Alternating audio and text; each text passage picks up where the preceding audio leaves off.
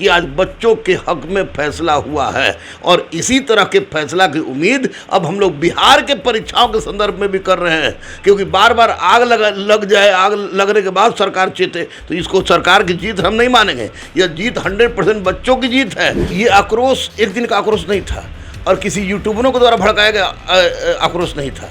ये आक्रोश 2019 से लेकर 2022 के बीच में पनप रही एक आक्रोश का प्रतिफल था और उसमें आग का घी, जैसे 1857 में चर्बी वाला कारतूस से काम कर दिया, आग का घी कर दिया। ये रिजल्ट 2000% मैं कह सकता हूं कि बिहार सरकार बिहार के बच्चों के लिए सजग नहीं है।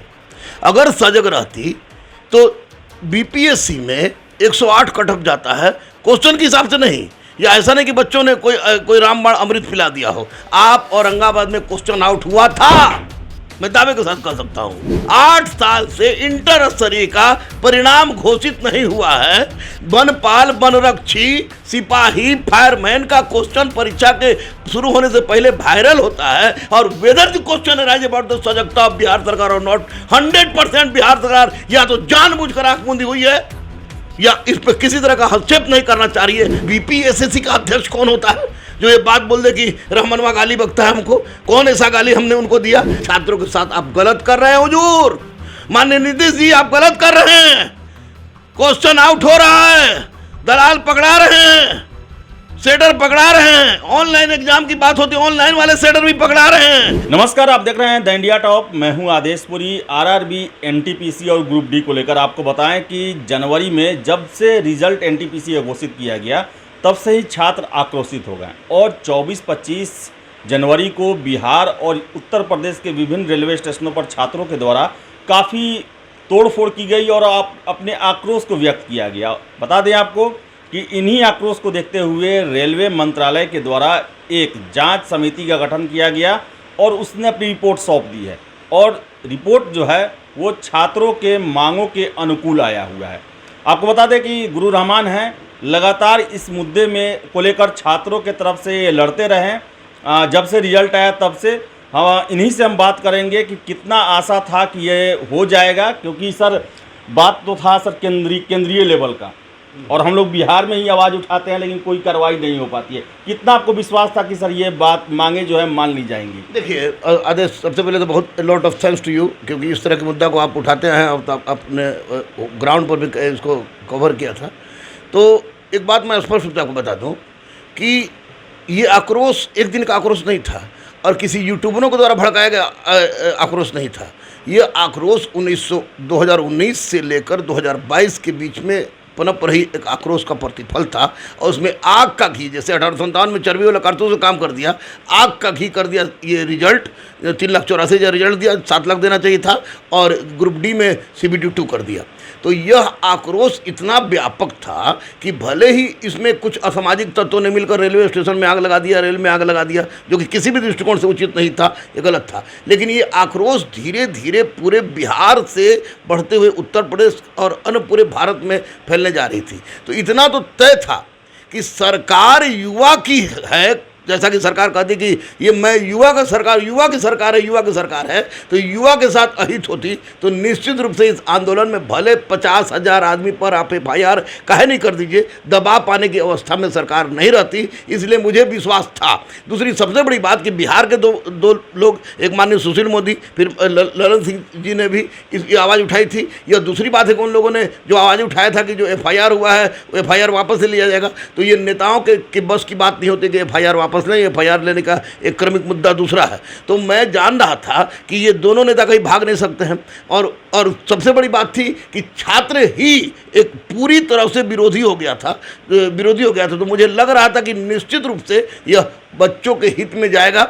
मैं था, सौरभ थे, बहुत सारे लोगों ने मिलकर, दिलीप था, बहुत सारे लोगों ने मिलकर इसमें हम लोगों ने आंदोलन को बनाए रखने का प्रयास किया, अहिंसात्मक, और जिसका परिणति हुआ कि आज बच्चों के हक में फैसला हुआ है। और इसी तरह के फैसला की उम्मीद अब हम लोग बिहार के परीक्षाओं के संदर्भ में भी कर रहे हैं, क्योंकि बार बार आग लग जाए, आग लगने के बाद सरकार चेते, तो इसको सरकार की जीत हम नहीं मानेंगे। यह जीत 100% बच्चों की जीत है, बच्चों की जीत है। और सरकार के द्वारा की गई गलती का को सरकार प्रायश्चित करना चाहिए। और मुझे उम्मीद था, और अगर ऐसा सरकार नहीं करती तो निश्चित रूप से एक व्यापक आंदोलन का सामना उसको करना पड़ता। सर एक और व्यक्ति की बात करें, सुशील कुमार मोदी, हालांकि वो बिहार की राजनीति से कहें तो प्रत्यक्ष रूप से अभी अलग हट गए हैं, लेकिन 27 जनवरी के आंदोलन से पहले वो बहुत बड़ा रिस्क का काम किए कि वो अश्वनी वैष्णव से बात भी किए और उन्होंने दिलासा दिलाया कि आपकी मांगों को मान लिया जाएगा, और उसी कारण सारा मामला दब गया।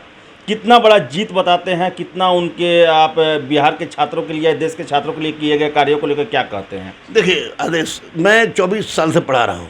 24 साल के दरमियान में कोई भी नेता, बिहार का कोई नेता बिहार की समस्या को लेकर या केंद्र लेवल की समस्या को लेकर कोई भी नेता उभर कर इस तरह से आक्रामक रूप से सामने नहीं आया था। मैं खुद अपना मांग पत्र लेकर माननीय सुशील मोदी जी के पास गया था, तो माननीय सुशील मोदी जी पहले व्यक्ति थे बिहार के जो न केवल इस मुद्दा को उठाए, अभी तो मेरे सामने कोई सम्मान गांधी है रेलवे बोर्ड में, केंद्रीय रेलवे बोर्ड, उनसे बात किए, फिर अश्वनी वैष्णव सर से बात किए। अब बात करने के बाद उन्होंने आश्वस्त किया कि बच्चों की मांगें किसी भी हालत में पूरी होनी चाहिए। तो निसंदेह इसमें सुशील मोदी जी के द्वारा किया गया कार्य एक सराहनीय कार्य है, वो सैल्यूट के पात्र है इसके लिए। इसी तरह का कार्य सारे नेताओं को करना चाहिए ताकि बिहार या भारत के बच्चों के साथ किसी प्रकार की नाइंसाफ़ी न हो। सर आपने बात किया सारे नेताओं को करना चाहिए, केंद्र सरकार यहाँ के देश के बच्चों के लिए इतना बड़ा कदम उठाई कि बवाल हुआ, जांच समिति बैठाया गया और छात्रों के पक्ष में निर्णय लिया गया, लेकिन बिहार सरकार क्या यहाँ के छात्रों को लेकर सजग नहीं है कि यहाँ पर कोई भी ऐसा एग्जाम नहीं है जिसको लेकर विवाद ना हो, सड़कों पर धरना प्रदर्शन ना हो, हाई कोर्ट सुप्रीम कोर्ट में मुकदमेबाजी ना हो, लेकिन सरकार सुनती भी नहीं है? क्या कहना चाहेंगे? 2000% मैं कह सकता हूँ कि बिहार सरकार बिहार के बच्चों के लिए सजग नहीं है।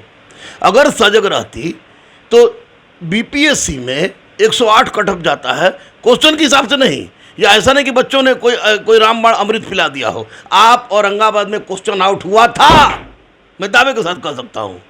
बीपीएससी दरोगा का इस बार छोड़ दीजिए, तो बीपीएससी दरोगा का 10 से 15 क्वेश्चन हमेशा आपको वायरल होता है और एक क्वेश्चन में पॉइंट से रिजल्ट बनता है। 8 साल से इंटर स्तरीय का परिणाम घोषित नहीं हुआ है। वनपाल, वनरक्षी, सिपाही, फायरमैन का क्वेश्चन परीक्षा के शुरू होने से पहले वायरल होता है, और whether the question rise about the सजगता ऑफ बिहार सरकार और नॉट। 100% बिहार सरकार या तो जानबूझकर आंख मूंदी हुई है या इस पर किसी तरह का हस्तक्षेप नहीं करना चाह रही है। फेल्यूरिटी है, ये फेल्यूरिटी है, इसको फेल्यूरिटी कहिए। और इस तरह की बात रही आदेश बाबू, तो मैं तो पूर्णतः अहिंसा का पुजारी हूँ। अहिंसा के माध्यम से मैंने सब कुछ किया है और आज तक कर रहा हूँ, चाहे सीसेट का मुद्दा हो, चाहे यूपीएससी का मुद्दा हो, बीपीएससी का मुद्दा हो। अगर इस तरह की बात हुई तो सरकार को उखाड़ कर फेंक देगा युवा, क्योंकि गरीब अनाथ बेचारे रो के कलप के रह जा रहे हैं और उनके साथ इंसाफ नहीं हो रहा है। ये बीपीएससी का अध्यक्ष कौन होता है जो ये बात बोल दे कि रहमनवा गाली बकता है हमको? कौन ऐसा गाली हमने उनको दिया? वो क्यों नहीं आंसर शीट बोल के जारी किए? क्यों नहीं ओएमआर सीट देते हैं? 8 साल से परीक्षा जो इंटर स्तरीय लटका हुआ है, क्यों लटका हुआ है? 8 साल का पेमेंट देगा सरकार? नहीं देगा। इसलिए सरकार 100% दोषी है। सरकार को किसी भी दृष्टिकोण से बख्शा नहीं जा सकता है इसमें, और सरकार जब तक नहीं मजबूत होगी तब तक बच्चों के साथ इस तरह की समस्या होती रहेगी। एक जरूरत है बच्चों की कि वे पार्टी जाति छोड़ के एक हों, अहिंसात्मक ढंग से आंदोलन चलाएं। मैं साथ हूं गांधी मैदान से प्रगति मैदान तक चलने के लिए। आंदोलन अहिंसात्मक हो, लेकिन सरकार के कान में आवाज़ जानी चाहिए कि छात्रों के साथ आप गलत कर रहे हैं हुजूर। माननीय नीतीश जी, आप गलत कर रहे हैं। क्वेश्चन आउट हो रहा है, दलाल पकड़ा रहे हैं, सेटर पकड़ा रहे हैं। ऑनलाइन एग्जाम की बात होती है, ऑनलाइन वाले सेटर भी पकड़ा रहे हैं। इसका मतलब कि आपका सिस्टम मिशनरी फेल है। चोर लोग दरोगा भी बन के जा रहे हैं, चोर लोग सिपाही भी बन के जा रहे हैं। बहुत सारी परीक्षा कॉपी आपने फिजिकल नहीं लिया है। किस तरह की बिहार बनाना चाह रहे हैं?